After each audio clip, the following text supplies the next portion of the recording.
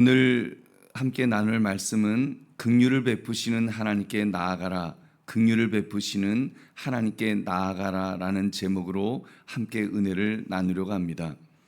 우리는 계속 창세기를 지금 묵상하고 있는데 오늘은 그 가인의 이야기를 통해서 하나님의 놀라운 긍휼하심을 살펴보고자 합니다. 여러분, 가인은 분명 죄인이었습니다. 형제를 죽인 살인자였고 하나님 앞에 큰 범죄를 저지른 자였습니다. 근데 오늘 말씀을 보면 그 이상한 장면을 볼 수 있습니다. 그런 죄인 가인이 하나님께 하소연을 하였고 하나님은 그를 심판하시면서도 동시에 보호하셨다는 사실입니다. 그래서인지 하나님은 가인은 하나님을 떠났지만 그의 삶은 계속 이어졌고 또 그의 후손들은 성을 쌓고 문명을 발전시키는 기이한 일이 벌어졌습니다. 가인은 동생을 때려 죽인 용서받을 수 없는 죄인이었지만 하나님의 자비하심을 또한 얻은 것을 볼 수 있습니다. 도대체 하나님은 왜 그런 죄인에게 긍휼을 베푸셨던 것일까요? 여러분, 오늘 말씀 긍휼을 베푸시는 자에게 베푸시는 하나님께 나아가라, 이 제목을 가지고 하나님은 어떤 분이신지 그리고 그분께 어떻게 나아가야 할 것인가를 묵상하시는 이 새벽 되시기를 주님의 이름으로 축원합니다. 첫 번째로 살펴볼 것은 우리도 가인처럼 죄의 무게에 눌려 도망치고 싶을 때가 있다는 사실입니다. 여러분, 13절의 말씀 같이 읽겠습니다. 13절 같이 읽겠습니다. 시작. 가인이 여호와께 아뢰되 내 죄벌이 지기가 너무 무거우니이다. 아멘. 보니까 여러분 아마도 이런 순간이 있으셨을지도 모르겠습니다. 여러분, 그 내 죄벌이 지기가 너무 무겁다. 일단 죄라는 것이 이렇게 터지고 나면 자기가 저지른 일이 너무 무거워서 그냥 막 조용히 사라지고 싶고 아무도 나를 찾지 않았으면 좋겠다는 그런 마음을 가질 때가 있습니다. 누군가에게 상처를 주고 혹은 하나님 앞에서 큰 죄를 지은 줄 알면서도 그냥 다 도망치고 싶고 심지어 기도도 못하겠고 교회도 못 갈 것 같은 그런 마음, 여러분 그런 마음을 혹시 가졌을 때가 있으셨습니까? 여러분, 가인의 모습이 바로 그런 우리의 모습, 그런 모습을 보여주고 있습니다. 죄악에 빠진 인간의 모습이죠. 그래서 지금 가인은 내 죄벌이 너무 무겁습니다라고 하소연했습니다. 히브리어 원문을 보면 이 말은 내 죄가 너무 큽니다, 혹은 내 벌이 너무 큽니다라는 그런 의미입니다. 근데 여러분, 이때 주목해야 될 지점이 있죠. 그것은 가인이 하나님 앞에서 눈물을 흘리면서 회개하는 장면이 보이지 않는다는 것입니다. 지금 내가 두려워요, 사람들이 나를 죽일까 봐 나 무서워요, 그렇게 말하고 있습니다. 죄의 무게보다는 그 죄의 결과가 지금 무섭고 벌 받는 것이 두렵다는 지금 그런 말을 하는 것입니다. 여러분, 이 죄인의 정말 죄악된 인간의 모습이 이런 모습이 아닌가 생각합니다. 여러분, 솔직히 우리도 가슴에 손을 얹고 한번 생각해 봅시다. 죄에 대해서 진정으로 회개하는 마음, 정말 하나님 앞에서 하나님 내가 죄인입니다, 하나님이 두려워서 정말 하나님 앞에서 회개하기보다는 그 죄가 들킬까 봐 더 두렵고 벌 받을까 봐 더 무서웠던 적은 없으셨습니까? 여러분, 그런 점에서 이 죄악된, 이 죄인된 이 인간의 모습, 이 가인의 이 모습을 보면서 우리가 어떤 죄라고 할지라도, 그 죄가 아무리 크다고 할지라도 우리가 가인처럼 이렇게 도망가는 것이 아니라 우리는 주님 앞에 고백하시기를 주님의 이름으로 축원합니다. 두 번째로 살펴볼 것은 그런 가인에게도 하나님은 긍휼을 베푸셨다는 사실입니다. 우리 15절의 말씀 같이 읽겠습니다. 시작. 여호와께서 그에게 이르시되 그렇지 아니하다, 가인을 죽이는 자는 벌을 7배나 받으리라 하시고 가인에게 표를 주사 그를 만나는 모든 사람에게서 죽임을 면하게 하시니라. 아멘. 하나님께서 가인에게 표를 주셨습니다. 이 표는 심판의 낙인이 아니라 가인을 보호하겠다는 그런 증표였습니다. 그래서 누구든지 가인을 죽이는 자는 7배로 벌을 받으리라고 하셨던 것입니다. 여기서 7은 히브리어로 그 완전한 숫자를 가리키죠. 즉 하나님의 완전한 보호하심을 베푸신다는 그런 뜻입니다. 그렇게 가인은 이제 하나님을 떠났지만 하나님은 그를 완전히 버리지 않으셨던 것을 우리는 알 수 있습니다. 여러분, 이 은혜의 깊이를 생각해 보십시오. 하나님을 거역한 자, 하나님의 형상을 죽인 자 아벨을 죽였으니까요. 그러나 그에게도 하나님은 긍휼을 베푸셨던 것입니다. 할렐루야. 여러분, 일반 은총에 저는 은혜라고 생각합니다. 가인이 그래도 그 일반 은총으로 죄인이었지만 그 자리에서 그냥 죽이시는 것이 아니라 하나님께서 그를 살려주시는 그런 은혜를 우리는 볼 수 있습니다. 우리가 아무리 큰 죄를 지었다 할지라도 하나님은 우리를 완전히 버리지 않으시는 줄로 믿습니다. 여러분, 이것이 바로 우리 하나님의 마음이신지를 또한 믿으시기 바랍니다.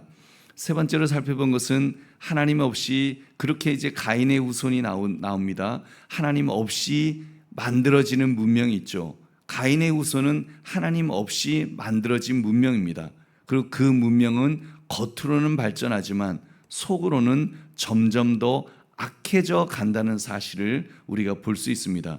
여러분, 17절을 보시면 가인의 후손 이야기가 이제 계속 이어져 있습니다. 성을 쌓고 이름을 남겼고 에녹성이라고 그 에녹의 이름을 따라서 부르기도 하고 문명을 발전시켜서 야발은 가축을 치는 자의 조상이 되었습니다. 유발은 음악을, 두발가인은 금속 가공을 발전시켰던 것입니다. 여러분, 여기까지 보면 여기까지 이야기만 보면 가인의 가문이 참 그렇게 죄 짓고도 동생 때려 죽이고도 참 잘 되어 가는구나, 잘 먹고 잘 사는구나, 이렇게 볼 수 있습니다.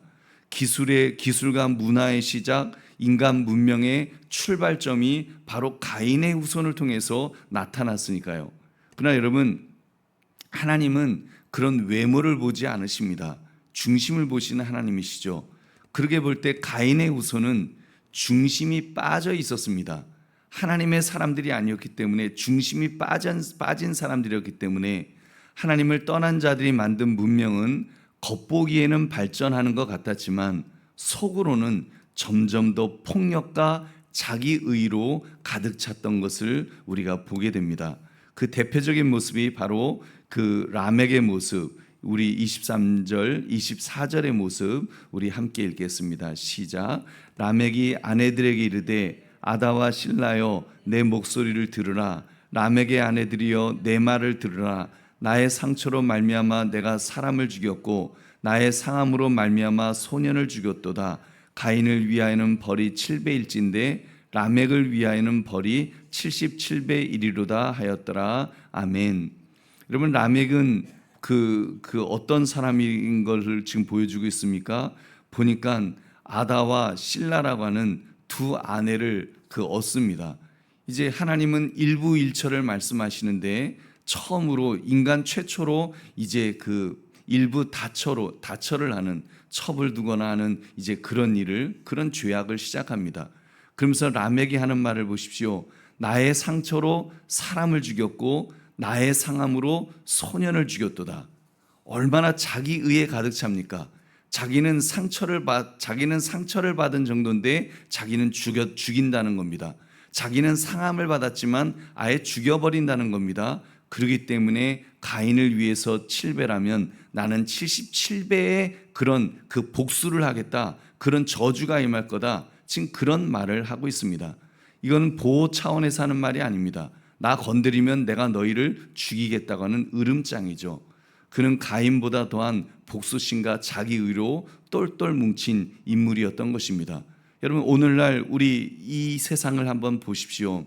문명이 발달할수록, 특히 이렇게 전쟁의 무기가 발달할수록, 여러분, 세상의 모든 나라들 다 무기가 발달하면 발달할수록 강력한 군대를 가지고 있으면 무슨 말 합니까? 나를 건드려 10배로 응징한다, 100배로 응징한다, 그러죠. 미국도 그러고 우리도, 북한이 우리 건드리기만 해봐 우리가 국방력이 세거든요. 우리 10배로 응징한다. 한 발 쏘면 우리 10발 쏜다.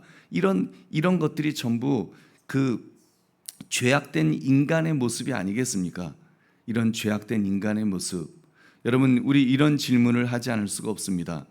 과연 하나님 없이도 사람이 이렇게 살 수 있는 것일까? 여러분, 이것이 과연 제대로 된, 정말 우리가 그런 세상을 보면서 이런 사람들을 보면서 그래도 문명을 발전시키고 잘 먹고 잘 사니까 야, 저렇게 살면 좋은가 보다. 여러분, 세상은 사실 그런 이야기를 하죠. 한 배 네가 뭘 당했어? 그러면 7배로 보복해. 77이 49, 49번이라도 77배라도 보복해. 이런 식으로 그렇게 말하지만 여러분, 성경은 그렇게 말하지 않습니다. 하나님은 그런 삶이 좋은 삶이다, 우리도 그렇게 살아야 된다라고 말씀하는 것이 아닙니다. 여러분도 오늘 본문을 읽으면서 마지막 그 구절에 이르게 너무 기가 막힌 내용들이니까 이거를 아멘을 해야 될지 안 해야 될지 아마 여러분도 굉장히 이게 도대체 이 말씀을 어떻게 이해해야 되나, 여러분 그렇게 생각이 드셨을 것입니다. 여러분, 이것은 하나님이 원하시는 삶의 모습이 아닙니다. 이것은 극적으로 정말 하나님을 떠난 자들의 그런 모습입니다. 여러분, 그래서 네 번째로 살펴볼 것은 라멕은 77배의 복수와 그 복수를 이야기했지만 여러분, 예수님은 77배의 용서를 통해서 그 용서를 말씀하신 줄 믿으시기 바랍니다. 그것이 바로 복음의 반전입니다. 놀라운 반전은 바로 여기에 있습니다. 라멕이 말했죠. 가인을 위해 7배라면 나는 77배다. 근데 여러분, 예수님도 이렇게 말씀하셨습니다. 7번이라도 70번씩 7번이라도 용서하라. 여러분, 라멕의 이 77배는 복수의 선언이었지만 예수님은 용서의 선언을 하신 줄로 믿습니다. 이 창세기 4장은 하나님 없이 만들어지는 인간 문명이 어디까지 악해질 수 있는지를 보여주는 것뿐입니다. 하지만 성경은 그 끝에서 복수의 문화가 아니라 그렇게 해서 복수하면서라도 너 잘 먹고 잘 살아야 된다, 그런 이야기라는 것이 아니라 용서의 나라를 여시는 예수님을 증거하시는 줄 믿으시기 바랍니다. 여러분, 말씀을 맺습니다. 보배로운 성도님들, 우리도 종종 가인처럼 그런 죄악에 빠질 때가 있습니다. 그때 위축되지 마시고, 여러분, 그런 가인 같은 자도 긍휼을 베푸시는 우리 하나님이시라고 한다면 하물며 여러분 하나님의 자녀이겠습니까? 아들을 아끼지 않으시면서 우리를 사랑하시고 우리를 구원하신 그 하나님의 마음이시겠습니까? 여러분, 그 주님 앞에 우리는 엎드리면 되는 줄로 믿습니다. 우리는 더 정말 그 기가 막힌 표를 받았죠. 예수 그리스도의 십자가의 그 표를 우리는 받은 자들이기 때문에 우리는 떠돌아다니는 것이 아니라, 가인처럼 떠돌아다니는 것이 아니라 우리는 십자가 앞에 엎드려서 주님의 품 안에서 살아가시기를 주의 이름으로 축원합니다. 그리고 여러분, 죄의 무게에 눌려서 하나님께 나아가지 못하는 그런 모습이 아니라 정말 주님 앞에 그 모든 것들을 고백하면서 주님의 뜻대로 살기를 원하고 주님이 원하시는 삶이 어떤 삶인지를 주님 앞에 고백하면서 가인 같은 삶이 아니라 여러분, 그리스도께서 원하시는 그런 삶을 살아가시도록 정말 주여, 내가 그런 삶의 가치관을 가지고 살게 하옵소서. 우리도 정말 이 땅에서 가인과 같은 자들과 함께 살아가면서 어떻게 살아가야 될지는 우리가 많은 고민들이 필요할 것입니다. 여러분, 그 오른밤을 때리면 왼밤을 돌려대는 그런 삶과 함께, 또 우리가 뱀 같은, 비둘기 같은 순결과 함께 또 뱀 같은 지혜를 가지고 이 땅을 살으라고 주님 말씀하셨기 때문에 우리는 많은 고민들이 필요할 것입니다. 그 고민 속에서 오늘 이 말씀, 우리는 세상을 바라보고 세상의 것들로 답을 찾는 것이 아니라 긍휼을 베푸시는 하나님께 우리는 나아가면서 주여, 긍휼을 베푸시는 하나님은 내 삶도 책임져 주실 줄로 믿습니다. 이 고백 속에서 우리가 주님 바라보고 주님 붙들며 살아가시는 저와 여러분 되시기를 주님의 이름으로 축원합니다.